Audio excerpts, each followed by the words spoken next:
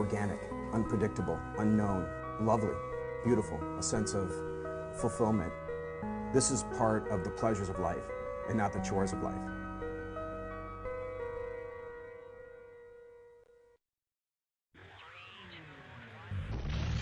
Coming up on Daily Iowan TV, major remodeling.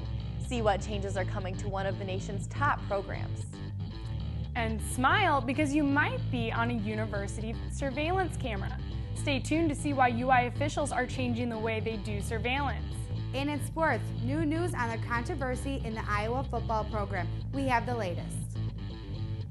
That's all coming your way next. Daily Iowan TV starts now. I'm Tom Brokaw. For more than 100 years now, the University of Iowa community has been waking up to the Daily Iowan. Today, it's the largest newsroom in eastern Iowa. And now you can see the news every night on Daily Iowan TV and get it anytime worldwide at dailyiowan.com.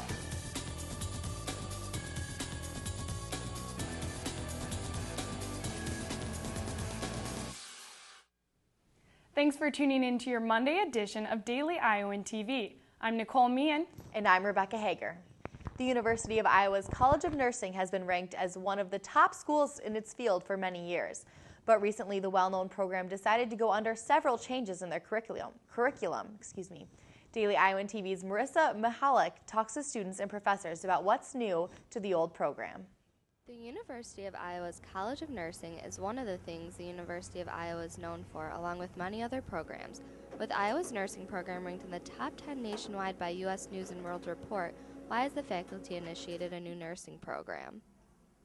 The new nursing curriculum, compared to what it was prior to 2009, is a 2+2 model versus a 1+3 model. So the 2+2 model, the nursing student will do all of their foundational prerequisite courses in the first 2 years, and then they concentrate their effort in the nursing major their junior and senior year. This new program will benefit many students enrolled in the College of Nursing. I think that the new nursing program will benefit me because it really gives you a lot of background information. You get done with all of your general education classes along with your prerequisites before you actually get into your nursing classes. So I think all of the people in the new program along with myself will really benefit because we'll be really well prepared for when we actually do start our nursing classes. For those students in the prior 1+3 model, they will have to tack on an extra semester worth of classes this summer. Well, they might have had other ideas of what they wanted to do for that summer. The good thing for them is they graduate 6 months early. This will allow those students to get a jump start in their job searches for after graduation. Marissa Mihalik, Daily Iowan TV. The university will be accepting a new round of applications to the school in April. Ideas are flowing for what new building should go on the corner of Gilbert and College Street. This past weekend, the city released 9 proposals for the location. The ideas that have been submitted include apartments, office buildings, hotels, and even movie theaters and a bowling alley. The city will evaluate the plans in the next coming weeks. City Council will then vote on the decided plan. Daily Iowan will be looking at each proposal in tomorrow's issue. There are approximately 700 UI-funded surveillance cameras around campus. The only catch is nobody knows where they all are. UI officials say their first priority is to document the location of these cameras. They want to find out how many cameras there are and make sure that they are actually needed in those areas. The university created a new approval system for the surveillance cameras last April. An administrative committee will now review requests for cameras around campus. The university is taking these new measures so that they can get surveillance cameras where they are needed the most. Still to come on Daily Iowan TV, a farmer's foe. See how one Iowa City harvester is recovering from this year's drought. And in sports, we're going around UI athletics to get you caught up on a busy weekend of black and gold sports. But first, let's take a look at this week's weather with Anna. Thanks, Nicole. It was a windy day on campus, and you can expect that wind to stick around as it drops to 43 degrees tonight. Tomorrow morning, we will see some clouds with temperatures in the low 50s. Tomorrow afternoon, there will be a slight chance for rain as temperatures jump to 63 degrees. Tomorrow night, that chance of rain drops to only 20% with a cool 45 degrees. Looking at your extended forecast, temperatures look like they will hover around the mid-60s. Wednesday, there will be a high 59 degrees with sunny skies. Thursday, the day will warm up just a little bit with a high of 64 degrees. The sun comes out again Friday as temperatures cool down just a bit. The weekend will stay in the mid-60 range with a chance of rain on Saturday. That's all for weather. Back to you guys at the desk. Iowa is known for its corn, but this summer's drought left many farmers on edge. Daily Iowan TV reporter Muriel Kone has more on how one eastern Iowa farmer is overcoming the odds. Rain, rain, go away. A common grade school sing-along that couldn't be more descriptive of this summer's drought that left most people wondering, where exactly did the rain go? It seems like every time a cloud would form, we'd be heading under a roof and kind of getting ready for it, and it just seemed to miss us. And not only did the rain miss Steve Swenka and his farm, but it was the worst drought of this kind in 25 years. Dried and pickled beans was the scene for many farmers, and an uncertainty in food supply for this grain and livestock farmer made life a bit difficult. Got really frustrating. It almost got to the point when you saw it clouded up, you just kept on doing what you were doing because you about knew it wasn't going to rain. And so, yeah, there was a lot of frustration with that. Really took its toll on the pasture and hay ground. One group of cows that we were haying most of the summer, we actually were able to turn them back out in the grass and stop haying that particular group of cows. And even if the Double G Angus farm saw a decrease in crops, it may not be too bad with the rising cost per bushel.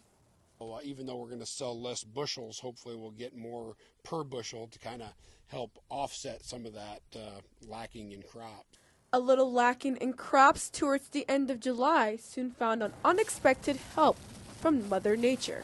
The late rains that we had there in August did kind of help the regrowth a little bit. And with an above-average yield for his bean crop, the summer drought only left a scratch on this eastern Iowa farmer. Muriel Kone, Daily Iowan TV. Nobody knows for sure, but some northern Iowa farmers may see a slightly better yield in crops this season, even with the very little rain. Now it's time to take a look at what's going on outside of Iowa City. The Islamic rebels of Al-Shabaab have banned food aid to the country of Somalia. Militants announced on their Twitter account that they were banning the British-registered aid group Islamic Relief. The extremists accused the relief program of working with the United Nations World Food Program. The World Food Program is not allowed in Al-Shabaab territory. This ban could leave thousands of people without food, water, and health care. Al-Shabaab continues to control most of the African nation. Last week, Kenyan forces have already pushed the group out of two of Somalia's larger cities. The controversial election in Venezuela came to an end last night after President Hugo Chávez's re-election. Chávez is now signed up for another 6-year term. This year's election was the closest it has ever been. Chávez only won 55% of the vote, giving those who oppose Chávez hope in the future. Under Chávez, Venezuela has seen soaring crime rates, numerous power blackouts, and double-digit inflation.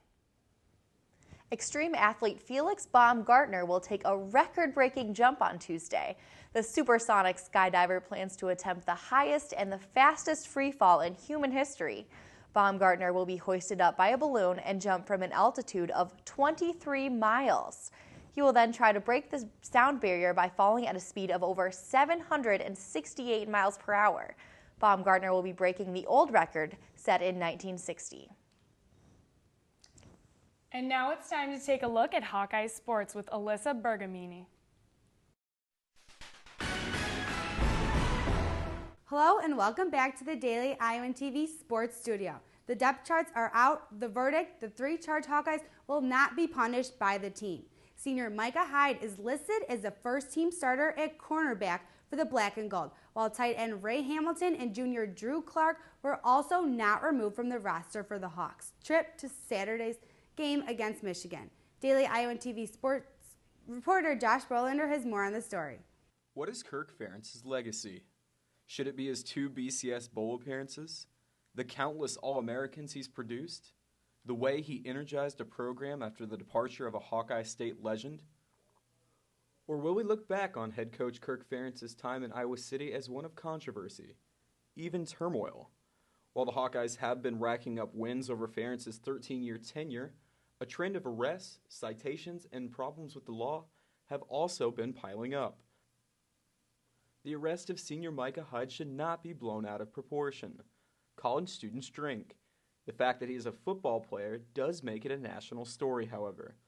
The real problem is that the problem isn't going away, and Ferentz seems perfectly content to hide behind his superiors.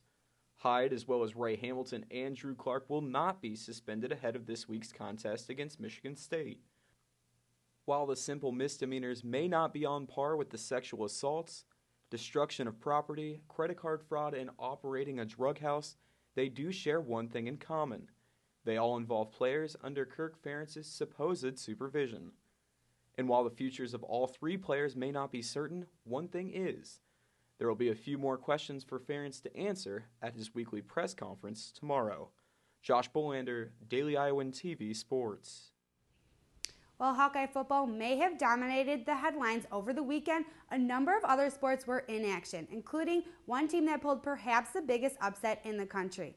Daily Iowan TV Sports' Lauren Moss has our coverage.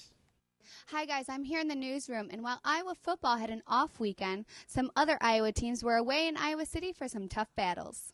We start off with the men's cross-country team who finished 6th at the Roy Grieg Invitational this past weekend. The 8,000-meter event was held at the University of Minnesota, where junior John Michael Brandt tallied a team score of 186. 3 Hawkeyes competed in the 6,000-meter women's event. Grad student Marieke Schruel recorded a 5th-place finish. Women's cross-country will be heading to Madison, Wisconsin, October 12th to the 13th, while the men's cross-country will be traveling to Louisville, Kentucky for the pre-national invitation October 12th and 13th. Headed over to Minnesota was where the women's soccer team defense was spot on. The Hawkeyes battled a 3rd straight double overtime draw, going 0-0 against the Golden Gophers. This weekend's game also set the program record for shutouts, tallying the team's 10th shutout of this year. The ladies are also undefeated in their past 5 Big Ten matches. Junior Ashley Cottrell led the Hawkeyes offense, while goalkeeper Hannah Clark made crucial saves in the overtimes. Clark was announced today that she is the Big Ten's co-freshman player of the week. The ladies seem to be on fire with only 5 regular season games left. The Hawkeyes will return home this weekend, hosting Ohio State and Penn State. This Saturday, the women's volleyball team completely swept number 12 Purdue with their 2nd straight Big Ten victory. This win marks Iowa's first win at Purdue and first sweep since 2000. In addition, it marks the first time Iowa has won 2 straight league contests since 2008 and consecutive league road matches since 2005. Junior Nikki Daly paced Iowa with a match-high of 37 assists, while sophomore Alex Lovell paced all players with a career best of 24 kills. Lovell was also announced today as Big Ten Player of the Week. The ladies have been extremely successful, and we hope to see that success continue when they host Minnesota and Wisconsin this weekend. Wrapping up for your Hawkeye Sports Update, this is Lauren Moss, Daily Iowan TV Sports. Another one of those teams in action over the weekend was the 11th ranked UI field hockey team. And Cody, what happened to the Hawks in Louisville? I'll tell you what, Alyssa, they ran into an evenly matched team. Louisville, it's a good team. They were even in shots throughout the game. They were even in penalty corners throughout the game. Their goalie just so happened to make a few more saves, and our defense was put on their heels back a little bit more than they're used to, and one more goal just snuck in, and it's Iowa's first loss since actually September 7th. So, I mean, it's been a while since they've lost, but I think this is something that they probably need to move forward, so it's good to humble them. And there wasn't a positive outcome from this weekend. Could you tell us about it? There actually was. They did get a win on Friday against Indiana. They remain undefeated in Big Ten play. They're the only Big Ten field hockey team to remain undefeated so far this point at the season, so that's always a bonus to get a Big Ten win. Okay, well, thank you, Cody. And that's all for us in sports. Back to you guys at the desk. And only with Daily Iowan TV can you get a sneak peek at tomorrow's edition of the Daily Iowan. Read about House Representative Dave Lovesack and Challenger John Archer's open forum held at the public library. Also find out about what the school board is doing about short lunch times in Iowa City schools. That's your latest edition of Daily Iowan TV. Be sure to check us out tomorrow or anytime online at dailyiowan.com. Thanks for watching and have a great night.